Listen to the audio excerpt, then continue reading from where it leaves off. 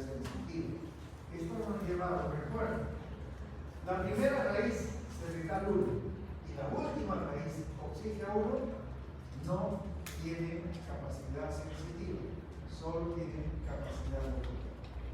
Las demás, desde cervical 2 hasta sacro 5, tienen capacidad motora y capacidad sensitiva. Pero al mismo tiempo que salen de la médula espinal, siguiente por favor, a través de distanciamiento, a través de los forámenes de convulsión, forámenes formados por los pedículos vertebrales, tanto superior como inferior, y forman un foramen o foramina, ¿no? Y todas las ramas de los nervios, de las raíces nerviosas, desde cervical hasta sacro, al salir por las foraminas, por los forámenes conjugados, van a representar algo así como brazos que se sostienen en la columna vertebral. ¿Cuántos pares de nervios hay para sostener a la columna vertebral? 31 pares de nervios.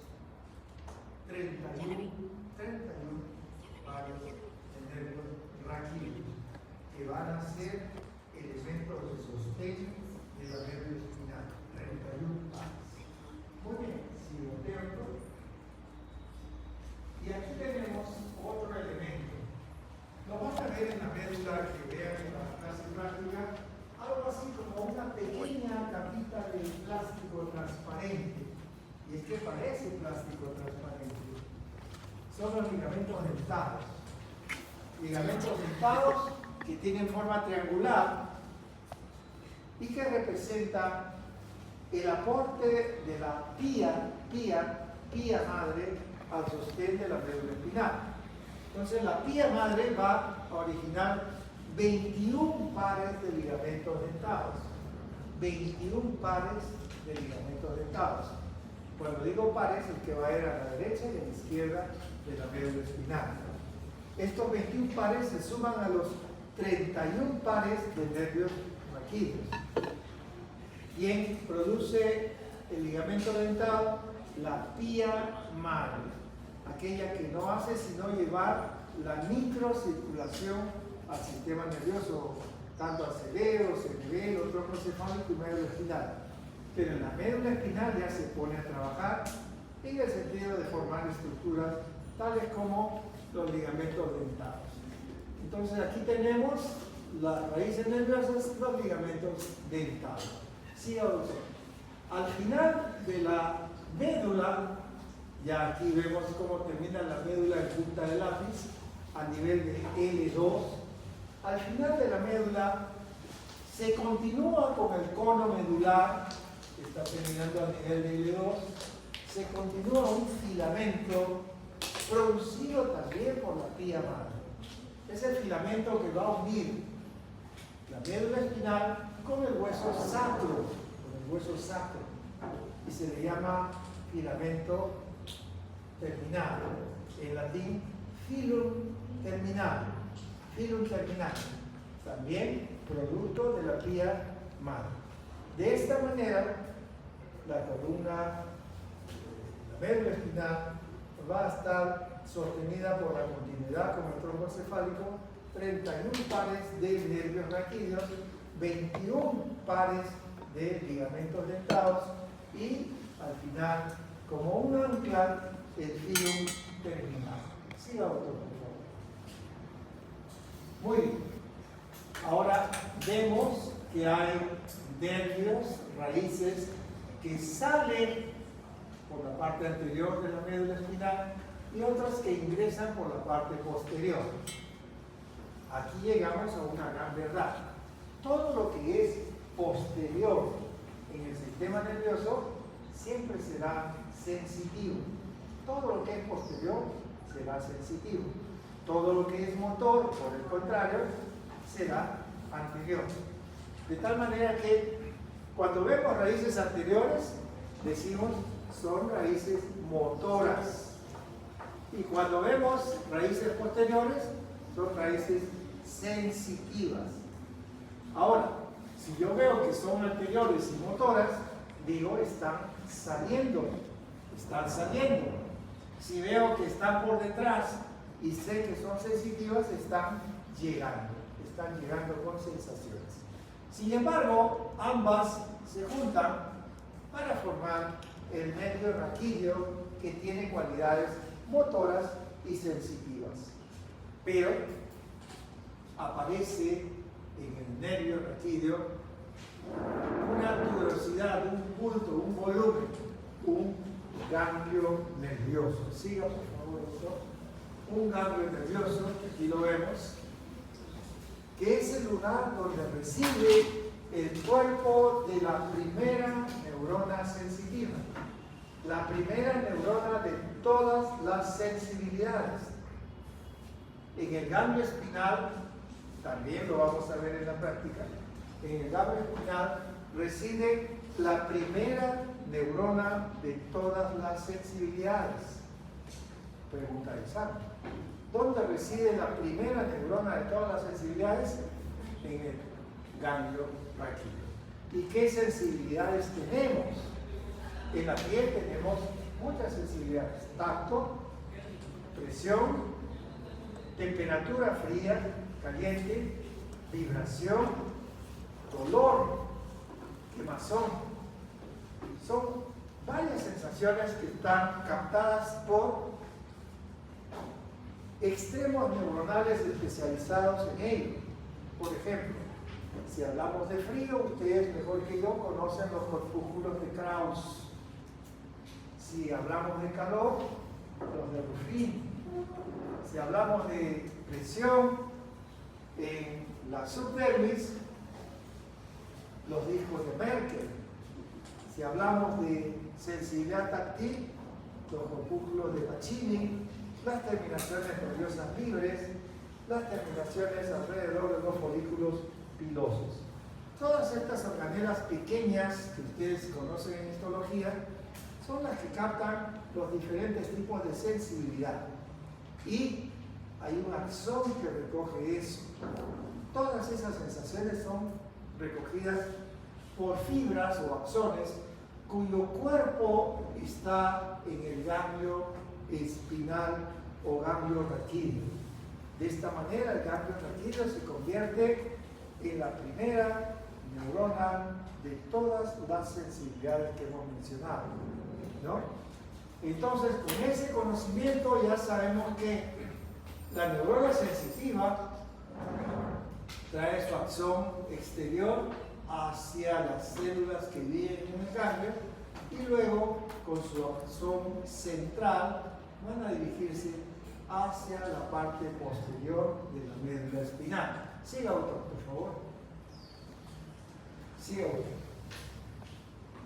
Muy bien. ¿Cómo se irriga la médula espinal? A través de las arterias vertebrales.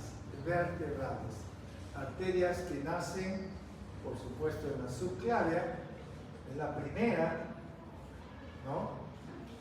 Ingresan por cervical 6, por el foramen transversario, continúan por el 5, 4, 3, 2, 1 e ingresan sobre el arco posterior del atlas hacia el cráneo. Bien, en ese viaje, antes de unirse para formar el tronco de la arteria basilar, van a emitir dos ramas anteriores para formar una sola arteria que va a ir por delante de la médula espinal. Va a ser la espinal anterior. Ella va a irrigar más o menos el 65 a 70% de la parte anterior de la médula espinal. Por detrás también van a formar dos arterias. Adelante era una, atrás formaron dos arterias espinales posteriores, que entre las dos van a irrigar el 30% posterior de la médula espinal. Y asimismo van a irrigar las raíces nerviosas, sean motoras o sean sensitivas, y van a irrigar también al ganglio. ¿Sí, doctor? Aquí tenemos lo mismo. ¿Sí, doctor? Esta es la manera, ¿no? La aorta, aquí la tenemos, Ustedes recuerdan, su arteria aorta tiene ramas anteriores, laterales y posteriores.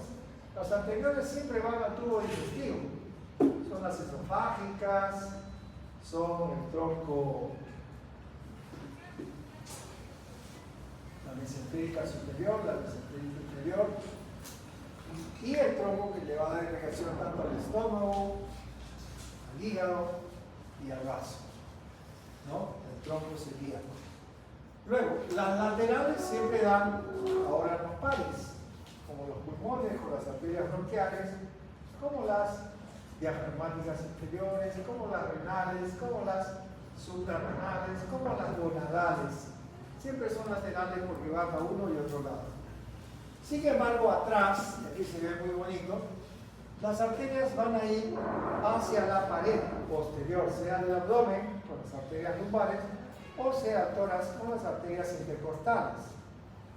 Ellas, las arterias intercostales, van a dar ramas que van a ingresar por el foramen de conjunción, por la foramina, por donde sale la rama nerviosa, donde sale el nervio, e ingresan también a ayudar en la irrigación a las arterias espinal anterior y a las dos posteriores. De esta manera, la irrigación de la médula espinal se asegura, aparte de la espinal anterior y las dos espinales posteriores, se asegura con ramas que van saliendo de las arterias intercostales en forma escalonada, intercalar, y así se llaman esas arterias, intercalares, que por supuesto serán mejores cuanto más abajo estén las arterias. Por ejemplo, las arterias lumbares dan buenas ramas intercalares. ¿Y por qué sucede esto? Porque las arterias espinales son muy delgadas y no pueden llegar muy lejos, necesitan ayuda desde las arterias intercostales con sus ramas, ¿no?, espinales. Siga, por favor. Y así queda, mire usted, una médula espinal fresca, ¿no? Bien. Es una malla vascular, porque todo el tejido nervioso necesita que le llegue irrigación. Si nosotros enseñamos que hay una arteria espinal anterior y dos posteriores, eso es para aprender, pero en la realidad es que todas ellas se anastomosan y forman una malla vascular para poder irrigar a la médula espinal. Siga, doctor. Ahí está lo que les decía, la anterior va al 70% y las posteriores al 30% posterior. Por supuesto también a las raíces y al ganglio. Siga, doctor. Siga usted. Si estamos en blanco, porque viene la sustancia blanca. Siga, doctor. Muy bien. ¿Por qué se llama sustancia blanca? Porque hay otra que se llama sustancia gris. ¿Qué representa la sustancia blanca? Representa los axones cubiertos de mielina. La mielina es una grasa laminar que se produce por los oligodendrocitos en el sistema nervioso central y por las células de Schwann en el periférico, en los nervios periféricos.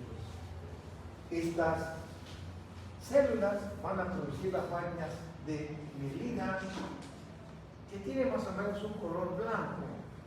Por eso que cuando se juntan varios axones, cuando digo varios son miles, van a formar una sustancia compacta blanca, que al corte en el laboratorio la van a ver así, más o menos. Y en histología la van a ver de esta manera. Allí vamos a poder apreciar que hacia atrás las astas posteriores llegan al borde de la médula espinal. Las astas anteriores no llegan en ningún momento al borde anterior de la médula espinal. Y en determinados niveles que vamos a ver, se forman astas laterales. Astas laterales. También se le puede llamar cuernos.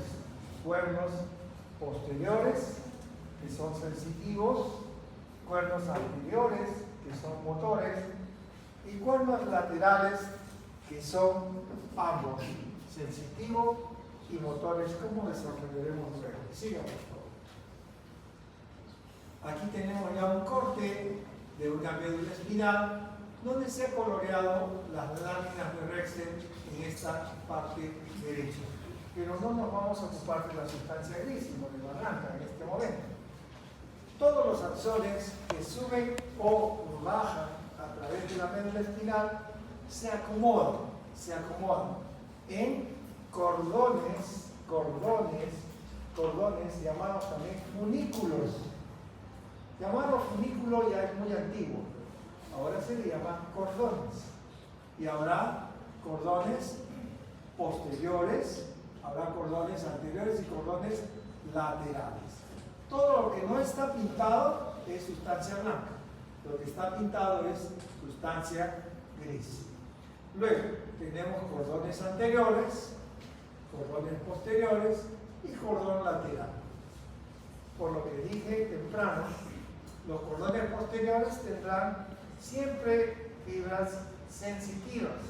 Los cordones anteriores y laterales tendrán fibras motoras. Los cordones laterales van a tener combinación de ambos, como veremos a continuación. No es difícil. Ya ustedes en este momento saben que por detrás va la sensibilidad y por delante la motilidad. Y lateralmente van los dos. Entonces ya nos vamos haciendo una idea. Siga, doctor, por favor. Muy bien. Ahora seguimos un poquito más. Siga. Bien. Ahora que ya sabemos que existen cordones que son los lugares por donde suben y bajan los axones o fibras, como le llamamos normalmente, rodeadas de mielina, vamos a decir, hay anteriores, hay posteriores y hay laterales. Ahora ya no puedo hablar de cordón posterior, ustedes me van a entender. Cordón anterior también, cordones laterales más fácil. Vamos a la sustancia gris.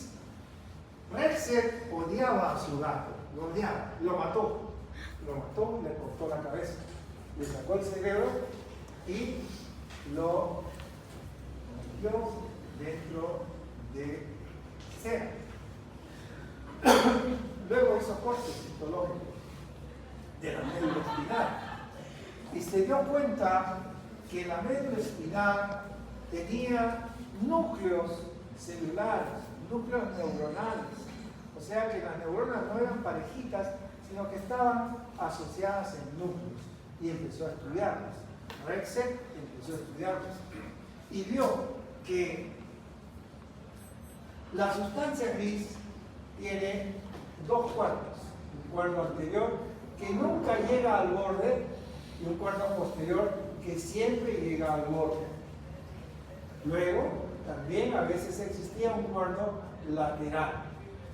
Y vio lo siguiente, que en el cuerno posterior sensitivo, las láminas iban del número 1 al número 6. Del número 1 al número 6. La primera y la segunda lámina sienten el dolor. La lámina 1 y 2 de Rexel sienten el dolor. Muy bien. La lámina 3, 4 y 5 sienten la sensibilidad, el tacto, la temperatura. Esto quiere decir que la lámina 1, 2 para el dolor, 3, 4 y 5 para las sensibilidades van a ser estimuladas por el ectodermo. Toda la información que le llega es desde la piel. Dolor de la piel, se cortó, se quemó la piel, o está apoyado en una silla que está fría, o se sentó en la vereda que está caliente. Todas esas sensaciones llegan primero a las láminas desde la 1 hasta la 6. Muy bien. Luego, la lámina 7, la 6 y la 7 en este caso, van a tener sensaciones de mesodermo. ¿Qué órgano produce el mesodermo? Tendones, articulaciones, fascias, músculos, cartílagos y huesos.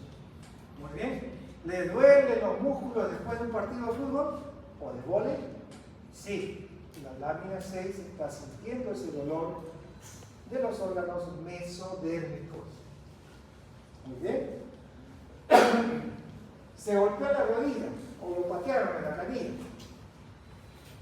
La lámina 6 va a sentir eso. ¿De acuerdo? Muy bien. Luego, ya tenemos que las primeras láminas del 1 al 5 sienten el ectodermo. La 6 siente el mesodermo.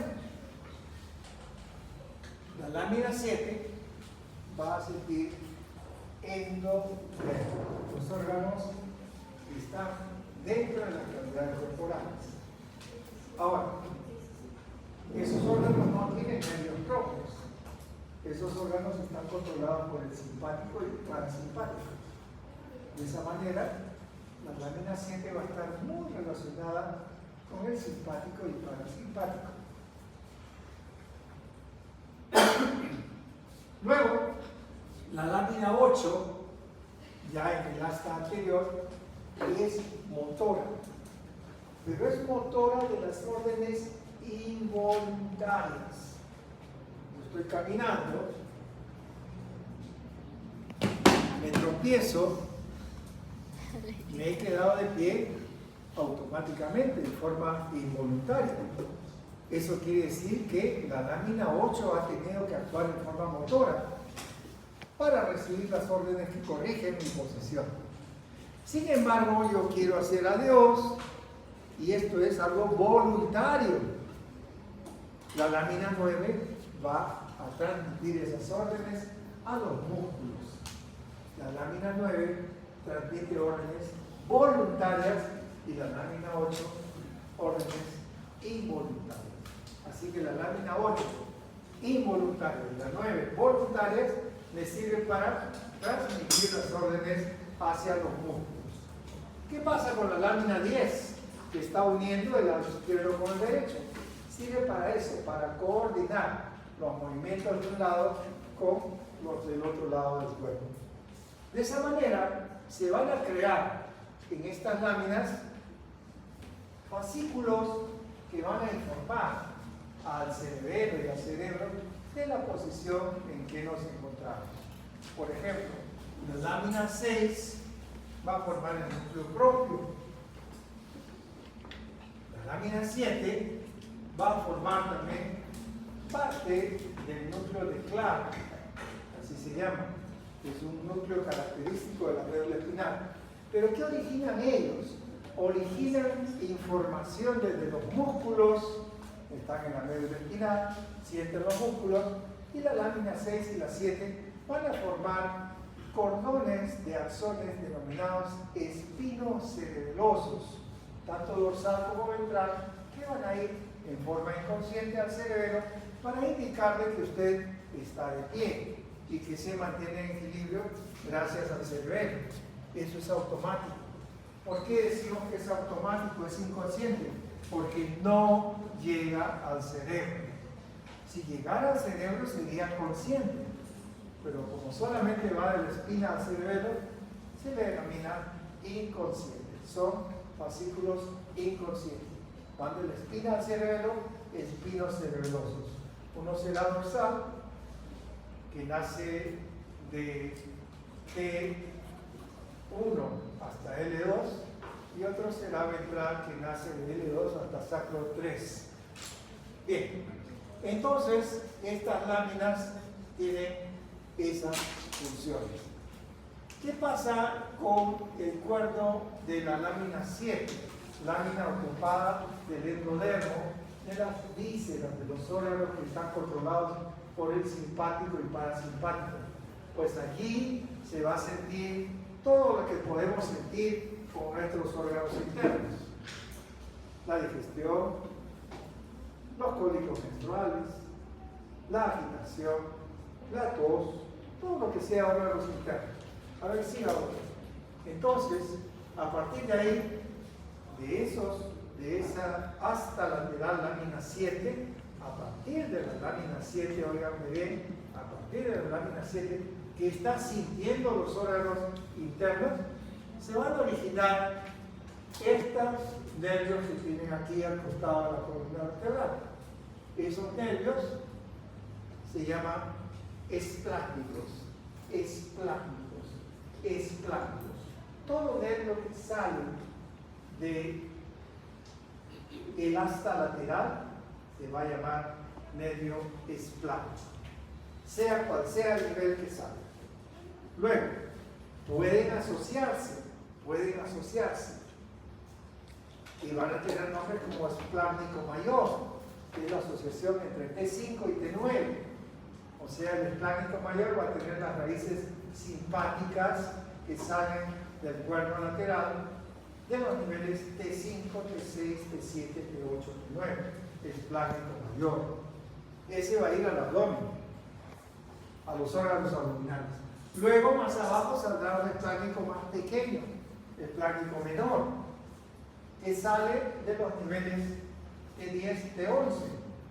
O sea, sale de las astas laterales de los niveles medulares T10, T11, forman el esplácnico menor. Luego, a nivel de T12, el esplácnico inferior. Y todos los tres van a ir hacia el abdomen para formar el plexo celíaco, que va a inervar todos los músculos, todos los órganos del abdomen. ¿Siga usted, doctor? Bien. Si aquí tenemos una neurona motora que nace en el asta anterior y continúa su ruta por el nervio, siga. Aquí tenemos una neurona que va a nacer del asta lateral, en rojo, va por el nervio, va al ganglio simpático que está cercano a la columna vertebral, y esa ruta que va de la médula espinal hasta el ganglio es la primera neurona simpática. Primera neurona simpática que se le llama blanca, fibra blanca, rama comunicante blanca. ¿Por qué se le llama blanca? Porque está cubierta de mielina, Muy bien. Luego, del ganglio en violeta, retoma el camino por el nervio, ¿no? Raquídeo, y ya se llama segunda neurona simpática. La vía simpática solo tiene dos neuronas. La primera que nace en el asta lateral y llega hasta el ganglio, y la segunda que sale del ganglio y llega hasta la periferia, al órgano diana, puede ser cualquier órgano.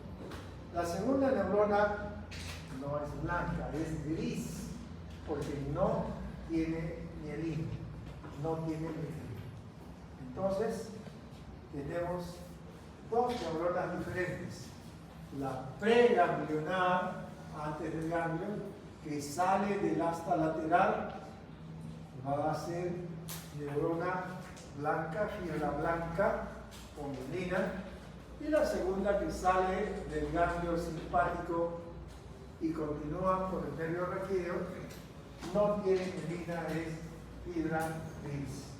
Sin embargo, algunos axones pueden no continuar por su propio nivel, sino que suben a otros niveles ganglionares.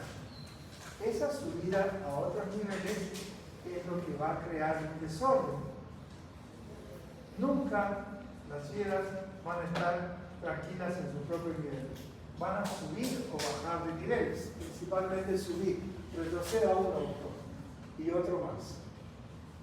Es por eso que se forman estos nervios y esta columna ganglionar simpática. Al final, todas ellas van a rodear a las arterias y van a viajar por las arterias. Esto quiere decir que la segunda neurona, la neurona gris, forma un plexo alrededor de las arterias y viajan sobre ellas. Como las arterias llegan hasta lo más íntimo de los órganos, los nervios también van a llegar hasta lo más íntimo de los órganos. ¿Y cuál es la razón para que los nervios simpáticos viajen sobre las arterias y qué relación tiene esto con la función de los órganos. Si yo necesito el órgano, doy la orden simpática y estos nervios hacen que se dilaten las arterias. Por ejemplo, ahorita hay un temblor, un terremoto. Todos quieren salir corriendo. ¿Por qué? Porque actúa el sistema simpático, adrenalina, adrenérgico, y dilata las arterias, hasta las más pequeñas. ¿De dónde? De los músculos. Pero las mismas órdenes hacen que las arterias de la piel se contraigan. No hay sangre en la piel, por eso que se ponen pálidos cuando hay temblor. Pero sí son capaces de correr, porque la musculatura se llena de sangre. Entonces, ¿para qué sirve esta inervación simpática sobre los vasos? Para manejar el flujo arterial, la irrigación arterial. Mayor irrigación, mayor función. Menor irrigación, tranquilidad, menor función. Esa es la manera que actúa. Avance 3, doctor, por favor. Ahí. Siga. Muy bien. Vamos a ver dos vías motoras bien sencillas. ¿Quién ordena que yo me mueva? Mi cerebro. Ahí está la primera neurona. La primera neurona que ordena que yo me mueva está en mi cerebro. Si no, no podría moverme. Alguien tiene que dar las órdenes. Muy bien. Yo quiero caminar. Mi cerebro dice que camine. Primera neurona. ¿A dónde va esa neurona? Va a ir a la lámina 9 de la médula espinal. Segunda neurona. Es la que va a llegar al músculo para poder mover. Muy bien. Si la primera neurona está en el sistema nervioso central, a la primera neurona le voy a llamar central. Si la segunda está en la periferia, en la médula espinal, le voy a llamar periférica. De tal manera que la orden motora va a tener dos neuronas, una central y otra periférica. Y así le llamamos normalmente, central y periférica. No hay más, solamente dos neuronas. Pero eso es porque quiero moverme, conscientemente quiero moverme. Muy bien, vamos a ver. Luego, si hay un sistema que es voluntario, ustedes son trones en esto, deduciendo, ¿habrá otro sistema? Involuntario. Y ese sistema involuntario actúa como cuando yo estoy caminando, la doctora estira su pie y casi me caigo. Tienes que recoger los pies. Pero ¿quién me ha sostenido en equilibrio? Un sistema involuntario automático. Ese sistema se va a llamar sistema extrapiramidal, porque el voluntario se llama sistema piramidal. Y vamos a ver, siga por favor. Aquí nace todo, en la corteza cerebral. La primera neurona está en la corteza y sus acciones viajan por esta corona radiada. Siga, doctor. Miren, aquí se forma muy bonito. Y se van a unir para bajar por el tronco encefálico hacia la médula espinal. Esta es una sola neurona. Aquí nace muy florida, monta sus acciones y empiezan a bajar. Siga, doctor. Entonces, forman fascículos, ya sea desde la corteza hasta la médula espinal. Ese fascículo se va a llamar córtico espinal. Es bien sencillo, la neurona también es bien sencilla. Si el fascículo va de la corteza a la médula espinal, el fascículo se va a llamar córtico espinal. Pero sin embargo yo veo a mis hijas cuando llego a casa o veo a mi mujer y yo, un beso. Es una mímica. O me sonrío, hola, ¿qué tal? Es una mímica. ¿Quién controla mis músculos de la mímica? Los núcleos de los nervios craneales, en este caso el nervio 7, el facial. Muy bien. ¿Quién le da las órdenes a ese núcleo? La corteza cerebral. ¿Cómo se llama esa ruta? De la corteza a los núcleos, córtico nuclear. Córtico nuclear. Y ya tengo otro fascículo que va a trabajar la corteza con los núcleos de los nervios craneales motores. Entonces ya empiezo a ver fascículos que no se me hacen difíciles porque sé de dónde viene y a dónde va.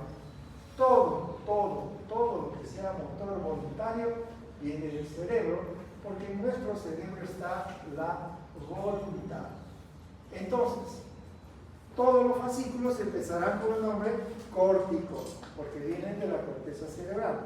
Si va a la médula espinal, se llamará córtico espinal. Y si va a los núcleos de los nervios craneales, córtico nuclear. Entonces ya tengo dos paquetes grandes. Siga otro. ¿Y esto qué es? ¿Alguien me puede decir qué es? No estamos en región glútea por si acaso. ¿Qué es? El tronco encefálico, me dice el doctor por acá. Muy bien. Muy bien, están viendo desde adelante el tronco encefálico, ¿no? El puente o protuberancia. Recuerden que se llama puente porque comunica el cerebro con el cerebelo. Une las dos orillas. Es un puente. En un lado está el cerebro y en otro el cerebelo. Bien. Luego, sigue el bulbo raquídeo. Estas zonas que están a cada lado de la línea media se llaman pirámides. Esas zonas toditas están formadas por axones que bajan de la corteza a la lámina 9 de la médula espinal. O sea, son axones motores voluntarios.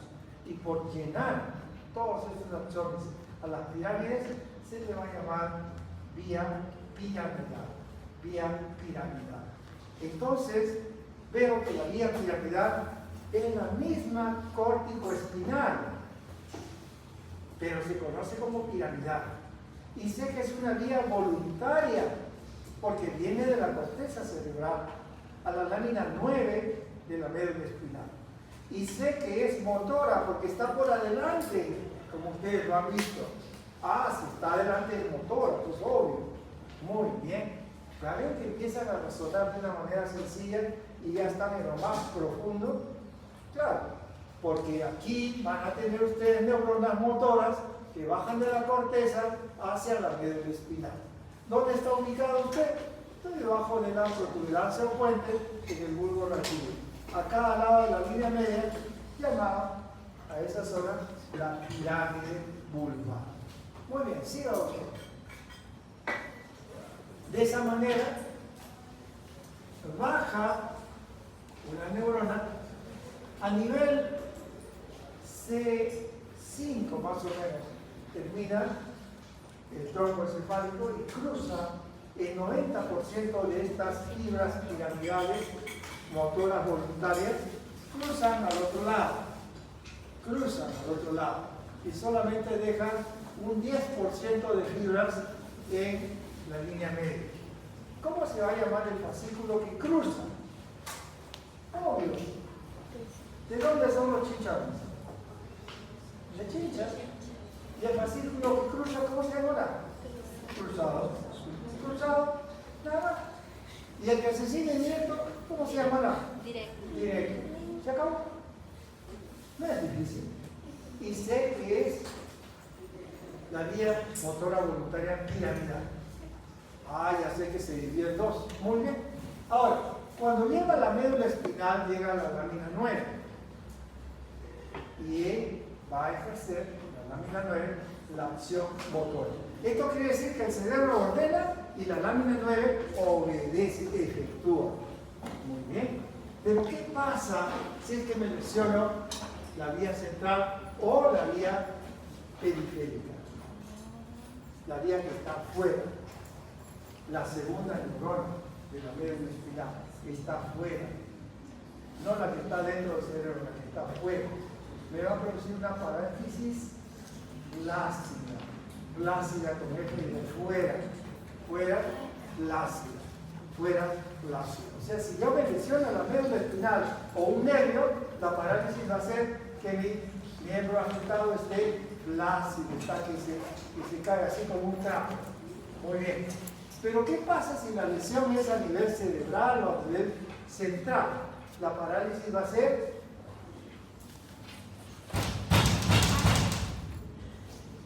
espástica, dura. Va a estar paralizado, pero va a estar así, tieso. Usted lo quiere mover y no lo puede mover. Tranquilo. Entonces, parálisis central, ser dura. Parálisis periférica va a ser clásica. Entiendo que algunos tienen otra práctica. Tienen laboratorio de oficio. Pueden esperar 5 minutos, que es el acuerdo que tengo con ustedes. Así que trataré de avanzar un poquito. Sí, ya estamos por terminar. Sí, otro. Es que no se tiene que perder esto, porque si pierden esto, el doctor se va a quedar con ganas de entenderlo. Es que hoy día tenemos 2 prácticas y también 2 básicos. Y muy bien el profesor quería que fuéramos antes. Porque es una recuperación de nuestras clases. Yo me demoro 3 minutos. Ya, hasta que hablamos. Vamos. Entonces van a haber otros lugares que de forma automática ordenen a la médula espinal. Lámina 8 de forma automática y consciente que coordina las posturas. Van a ser fascículos que nacen del pecho, del mesencéfalo, dectoespinal, de los núcleos vestibulares, vestíbulo espinal, del sistema reticular activador, retículo espinal y del núcleo rojo, rubro espinal. Siga otro. Sí, tenemos que matar el tiempo. Sí. Esta diapositiva se les va a hacer llegar a ustedes, ¿ya? Sí, ahora. Estos son los organelas que se envían todos. Sigan. Y hay 2 formas de sentir. Se va a sentir en forma tacto con los fascículos de Golgi-Nash o Grassi y cuneiforme y el dolor y temperatura. Siga otro. Es lo mismo, siga. Bien, aquí tenemos en esta parte izquierda tenemos la zona y en la parte derecha el homúnculo, ¿no? El dibujo de cómo se siente. Tanto temperatura se siente así. La cabecita está borrada porque es el nervio trigémino el que actúa. Y aquí el dolor y temperatura. Este sistema se va a llamar columna dorsal porque está en el dorso atrás. Y esto se va a llamar anterolateral. Esto va a originar al sistema medial y este el anterolateral. Siga otro. Lo mismo, siempre hay un cruce de las fibras. Siga otro. Ya, aquí está lo que me preguntó el doctor al inicio de clase sobre las neuronas. La primera neurona de cualquier sensibilidad o dolor siempre es el ganglio espinal. La segunda neurona va a ser el núcleo Grassi y el cuneatus cuando se trata de sensibilidad o vibración. Pregunta de examen. ¿Quién transmite la vibración? Fascículo Grassi y cuneiforme. Fascículo Grassi y cuneiforme, que también lleva tacto y propiocepción, va a transmitir la vibración. Eso fue pregunta de examen, acuérdense. Luego, la tercera neurona siempre será el tálamo, que selecciona la sensibilidad, y la cuarta la corteza cerebral. Si es dolor, primera neurona siempre, ¿no? La neurona espinal, del ganglio espinal. Segunda neurona, la lámina 2, de ahí cruza la lámina a la neurona 3, que es el tálamo, y la cuarta es el cerebro. Siga otro. Lo mismo, para que puedan verlo, siga. Lo mismo, ya con nombrecitos, siga, doctor. Ya, con esto terminamos. Cuando yo cruzo la pierna y con un martillo de reflejos me golpean el tendón patelar, es un estiramiento brusco del músculo. El uso muscular se altera y va a informar a la médula espinal. En la médula espinal, la médula dice, ¿por qué te estiran? Pues te voy a contraer. Y contrae el músculo, y al contraer el músculo sale una patada, ¿no? Eso se llama reflejo patelar, de la patela. Tiene 3 neuronas, siga otro.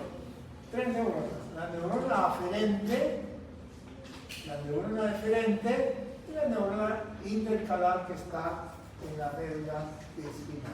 Este es el reflejo. Siga otro. Hay que ver. Bien, gracias por explicar.